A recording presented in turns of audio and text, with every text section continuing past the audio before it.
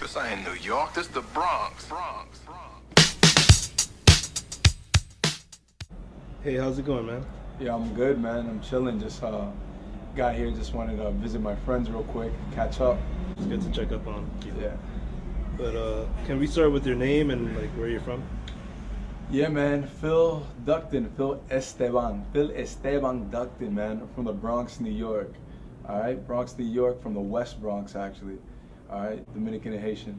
Nice, Ya tú nice. sabes. Eran las 5 de la So in mañana. Bird's Eye View, this series, this segment, we talk about life experiences. And I would like to get into your good and your bad life experience. Oh, damn. Well, that's hard, but good one. So, let's get right into it. You want to hear the good first, or you want to hear the bad first? Because you want Let's to start with the bad. You know how it goes. All right. I'm gonna come clean. All right. So the bad. We'll go to my 21st birthday. We'll go to my 21st birthday where I had a ex-girlfriend. I'm not gonna say her name because I'm not sure if she'll be comfortable with me saying her name. It started with an A, right? You know who you are. So she was a NFL football team cheerleader, right? And needless to say, beautiful girl.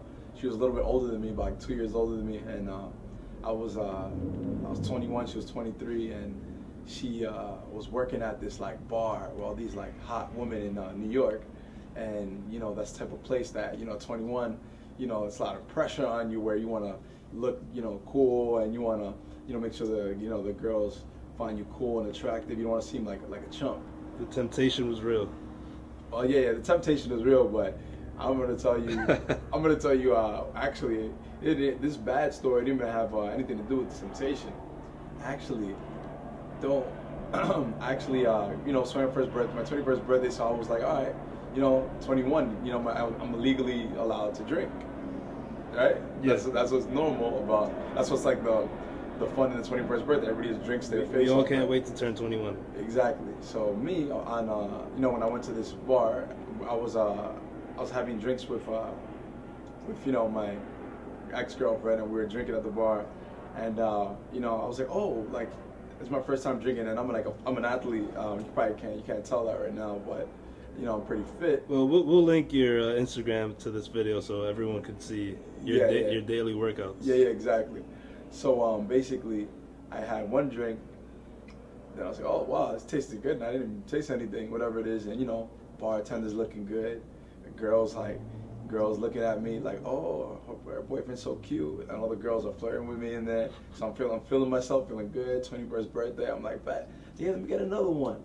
Bam, bartender's like, oh damn, all right, big boy, whatever. And I'm feeling myself, Said, oh yeah. And night goes on, let me get another one. Bam, I'm sitting down. Mind you, I'm sitting down.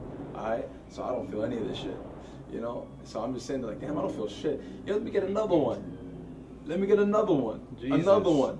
So it gets crazy. So, long story short is, I was like, yo, babe, I'm here, like chilling, having the time of my life. Some girl took a shot off my chest. Crazy, my shirt came off and everything. It was crazy. This shit got real. It was like a movie. It was crazy. I had hot girls around me. I'm feeling good, feeling myself. I'm like, yo, what a crazy night. I'm like, yo, babe, I'm just gonna use the bathroom quick. I'm like, all right, bet. So I go to stand up, and I couldn't stand up.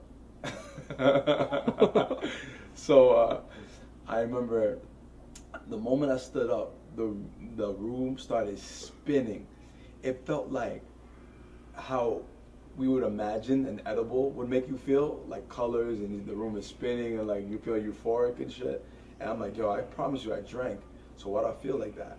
So her bartender that was working there had roofied my drink because she hated my girl that was working there. Wow. She didn't it was like a mix of roofie mixed with some shit that fucks you up that is supposed to like kill you, to be real. She put a high enough dosage. So long story short is, whatever it was, they put like medicine in like the drinks or whatever too. So needless to say, my sister came through like an hour later after the place closed down. It's like 4 in the morning, 5 in the morning. New York. I'm like getting carried out like Jesus Christ, you know, the crucifix situation, you know, like, you know, all that. So that shit was crazy. I get carried out, and yeah, I was sick out of my mind. I threw up in the restaurant, all over the restaurant. I remember I made a fool out of myself because I wanted to be big and bad and drink in front of these girls to prove myself, to earn my stripes. Drank like crazy. Anyway, I threw up everywhere. Threw up in the cab ride home. Threw up in the house. I threw up. And my whole bathroom was full of like liquor and vomit and all this crazy stuff. Long story short is my father comes in the bathroom. I'm there butt ass naked in the bathroom on the toilet, fucking and belligerent as I can't. I don't know what's going on, throwing up. Long story short is I start blacking out, and I promise you, that was the day I was like, yup, I'm gonna die today. I should have never done this, whatever the case may be. And I really was like, fuck, yo, like my sister's yelling at my dad, like, yo, he's gonna die, like, what the fuck? So long story short is it got serious. My eyes were open.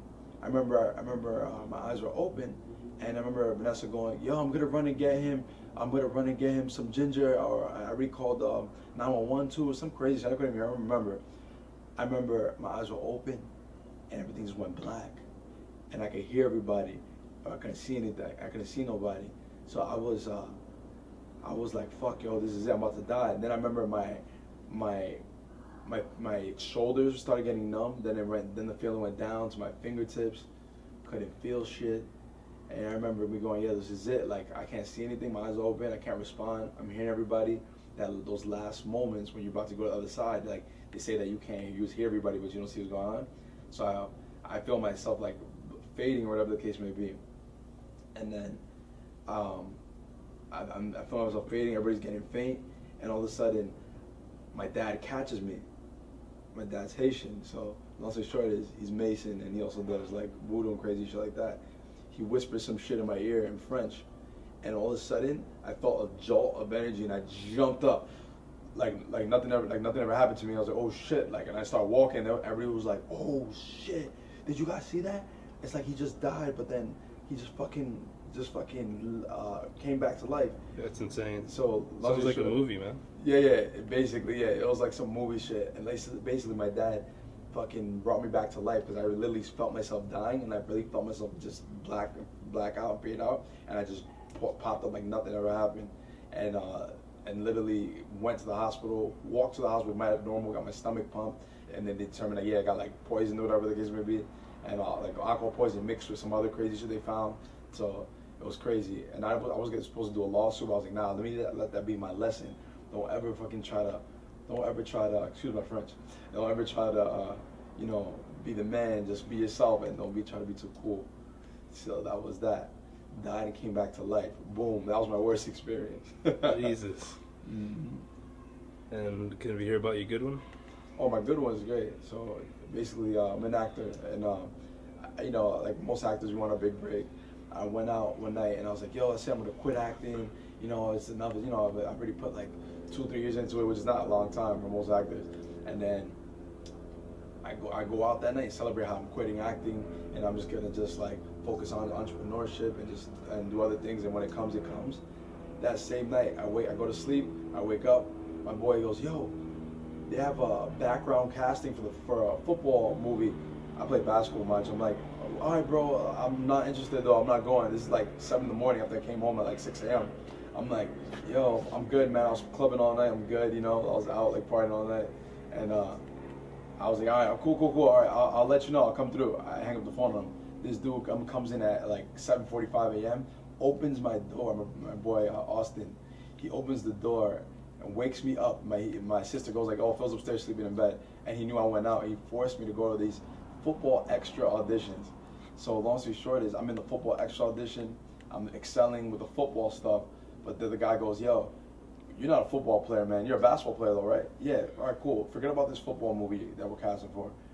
Yo, you kind of look like Nate Robinson, like your stature. You're like 175, 5'9", like 5'10", whatever the hell you are, I'd be lying a little bit, So basically, he goes, yeah. I go, yeah, I play basketball. He's like, can you dunk? I'm like, yeah, I could dunk. And then he's like, all right, so I want you to make a basketball highlight video and send it to us. So and he's like, all right, cool. So I did that. On the instructions it says, just write on a whiteboard your name, height, and what position you play. And I was like, all right, cool. But I didn't have a whiteboard and a marker before I did this basketball video in the gym. So I'm like, you know what? Forget that. I'm just gonna do whatever I want. I'm just gonna do a slate like a normal audition. I was like, how you guys doing? My name is Phil Ductan. I'm from the Bronx, New York. I've been playing basketball since I could breathe. And the reason why I think you should pick me to be Nate Robinson's stunt double is because, Nate Robinson's a pretty guy with a pretty game. And I'm like, I'm a pretty guy with a pretty game. So, yeah, anyway, enjoy it. Watch this. I'm all like creative with it. So then I didn't follow instructions and send that slate in to introduce my basketball skills. A producer was using the bathroom that was like watching my slate. And she goes, hey, who is that? I like him. You know what? Is he an actor? And then they go, oh, I don't know. He's just a stunt guy. Like, he's supposed to be Nate Robinson's stunt double, maybe. And he goes, hey, can you see if he's an actor? I would like him to read for this big part to play against the actual main, role in the movie. And then they're like, all right, we'll contact them. They go, hey, Phil, you're an actor? Would you like to like try out for this part? I'm like, yeah, I am an actor. You can send me. This one, acting was new, And then they off of that slate, off of me not following directions, they let me audition for that role of King of the Court and Uncle Drew. And then I auditioned, six auditions back and forth. I'm like, I didn't hear about it for months. And then a few months later, they call me when I'm coming out of Bodega. I'm like, hello, hi, is this Phil? I'm like, yeah, this is Phil. They're like, hey, are you available these dates? I'm like, no. All right, I'm like, F off, bye, see you later. And I hang up on the people who want to book me for Uncle Drew. Why did you do that? I didn't know who it was, so they call again. I'm like, hey, whatever, and I'm like, okay, yeah, okay. They're like, hey, you remember that audition you auditioned for? Oh, yeah, like Uncle, they called it something else at the time, umpire or something like that. I was like, yeah. They're like, well, you got the role, and I'm like, what? I'm like, you got the role. The main role is like, oh, okay. I'm like, oh shit. So basically, I was like, oh shit, that day I found out that he was like, yo, I'm gonna go to Atlanta, shoot this big role, whatever. Anyway, so I got my big movie role out of my boy making me go to a background football audition, and through some random way, it was not traditional, but that was like, I'll say like one of the best stories of my life. You want to give a quick shout out to that guy? Yeah. That helped you? Yo, shout out to Austin Davis and Danny Barisha drove me to the tryout that day. He's actually out here in LA too, So shout out to Austin, Danny making me go to that football background audition. Y'all are the MVPs. That's amazing. Yeah. Can you give us a good piece of advice that you would give the world? Yeah. This is like my life mantra, whatever, however you say it. So you have to always live by this. Ready for this? Insane optimism. It's simple phrase, but because no matter what curveballs life throws at you, you always have to view it insanely optimistic. You spill coffee on yourself, I probably would have crashed on the way to work. It's a good thing I have to go back home and change my shirt. Maybe the universe created this different time so I don't hit a car or something. So you have to live by insane optimism all the time. Always view your cup half full no matter what the circumstance, because your circumstance can change tomorrow. Boom, remember that, insane optimism. Those are 2 words. Engrave that, tattoo that on your heart. No matter what happens, insane optimism. All right, Got this. Thanks a lot, Phil. Yo, peace.